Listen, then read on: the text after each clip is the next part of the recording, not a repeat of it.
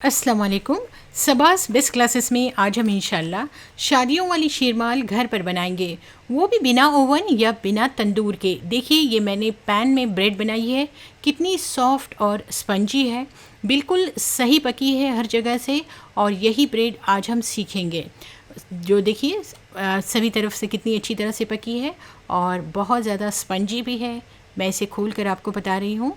तो अब हम यही ब्रेड सीखने जा रहे हैं, तो चलिए।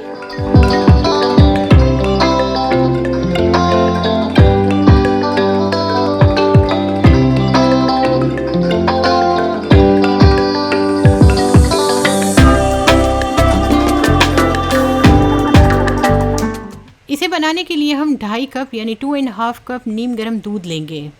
दूध ज़्यादा गर्म ना लीजिए, बस नीम गर्म होना चाहिए।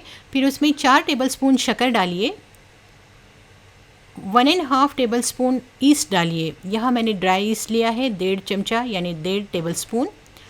उसे अच्छी तरह से मिक्स कीजिए और फिर इसे ढक कर 10 मिनट रखिए ताकि इस पर बबल्स आ जाएं यानी बुलबुले आ जाएं। जब बुलबुले या बबल्स आ जाएंगे तब आप इसमें एक अंडे को फोड़कर डाल दीजिए और अंडे को अच्छी तरह से इसमें मिक्स कीजिए। और इसमें 4 कप अब मैदा डाल दीजिए। मैदे को छान कर डालिए।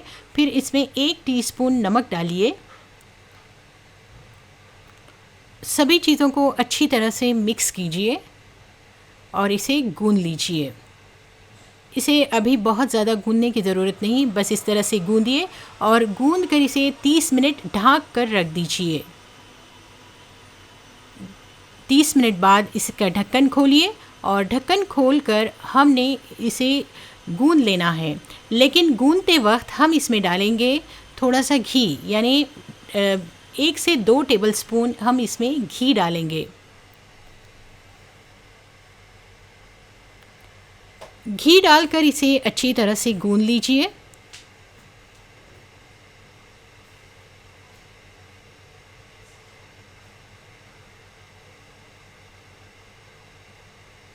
घी डालकर हमें गूंद लेना है। हम इसे कंटिन्यू 15 से 20 मिनट गूंदेंगे ताकि ये आटा बहुत अच्छी तरह से सॉफ्ट हो जाए और ब्रेड अच्छी तरह से फूले। देखिए हमने इसे 15 से 20 मिनट गूंद लिया है। अब हम इसे थोड़ी देर रेस्ट करवाएंगे। कुछ देर के लिए इसे ढक कर रखिए और अब इसमें डालिए 1 टीस्पून हरी इलायची का पाउडर। बिल्कुल बारीक पिसी हुई हरी इलायची इसमें ऐड कीजिए।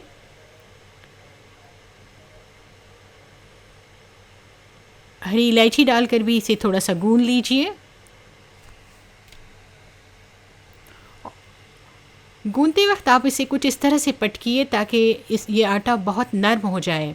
और फिर इसके बाद आपने इसे ढक कर 1 घंटा रख देना है। 1 घंटे बाद ये आटा डबल हो जाएगा। जब आटा डबल हो जाएगा तब आप इसका ढक्कन खोलिए और ढक्कन खोलकर आप इसे निकाल लीजिए और इसे बराबर कीजिए। और बराबर करके इसका एक बड़ा सा पेड़ा बना लीजिए और बड़ा सा पेड़ा बनाकर हम इसे कट कर लेंगे। देखिए ये ब्रेड मेरी बेटी बना रही है, बहुत ही अच्छा बनाती है। इसका भी चैनल है नाइफ्स एंड ब्रशेस, आप उस चैनल को भी ज़रूर देखें। तो देखिए इसके हमने 6 हिस्से कर लेना है। जितनी बड़ी आपको ब्रेड बनानी है उस हिसाब से इसके हिस्से कर लीजिए और फिर इन पेड़ों को गोल गोल बना लीजिए और गोल बनाकर इस पर मैदा छिड़क दीजिए। मैदा छिड़क दीजिए और फिर इसे बेल लीजिए।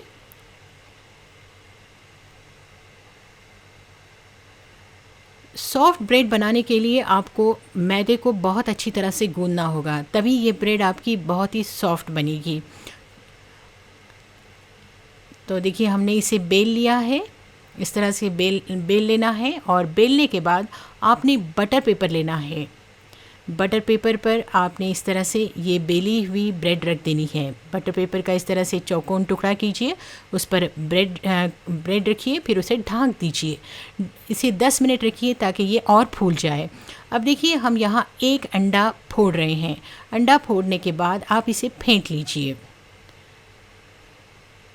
और इस फेंटे हुए अंडे को आप ब्रश की मदद से इस ब्रेड पर लगा दीजिए। यानी एग वॉश हमें लगाना है और फिर एग वॉश लगाने के बाद आप इस पर कलौंजी और सौंफ छिड़क दीजिए। आप चाहें तो तिल भी छिड़क सकते हैं, इस तरह से आप छिड़क दीजिए। और फिर एक नॉनस्टिक पैन को आप गरम कीजिए पहले और उस पर ये बटर पेपर ब्रेड के साथ रख दीजिए। और फिर आपने साइड से 2 से 3 टेबलस्पून पानी डालना है ताकि इसकी भाप बने, ठीक है। और इसके बाद ढक्कन ढक कर हाई फ्लेम पर 2 मिनट और 5 से 7 मिनट लो फ्लेम पर इसे पकाना है। फिर आप बीच में से चेक कीजिए, अगर ब्रेड अच्छी तरह से पकी है, यानी अच्छी तरह से पकी है, कच्ची ना हो और नीचे से थोड़ी सी लाइट ब्राउन हो गई है, तो तब आप इसे पलटा लें।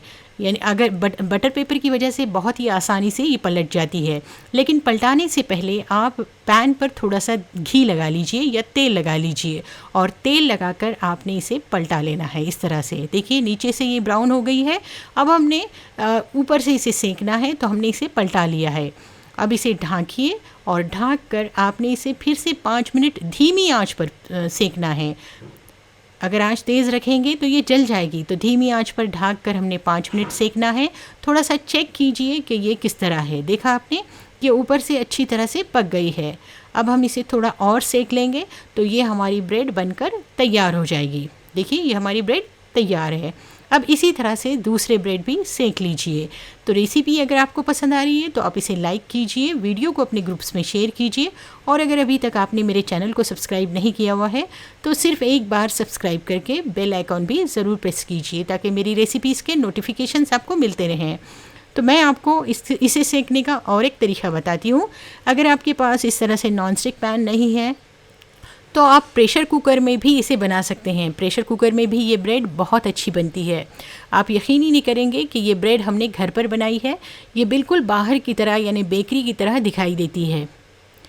तो देखिए हमारे पास ये पैन वाली ब्रेड अब बिल्कुल तैयार हैं, झटपट से तैयार हैं और बहुत ही अच्छी हैं। तो देखिए हम इसे आपको निकाल कर बताते हैं।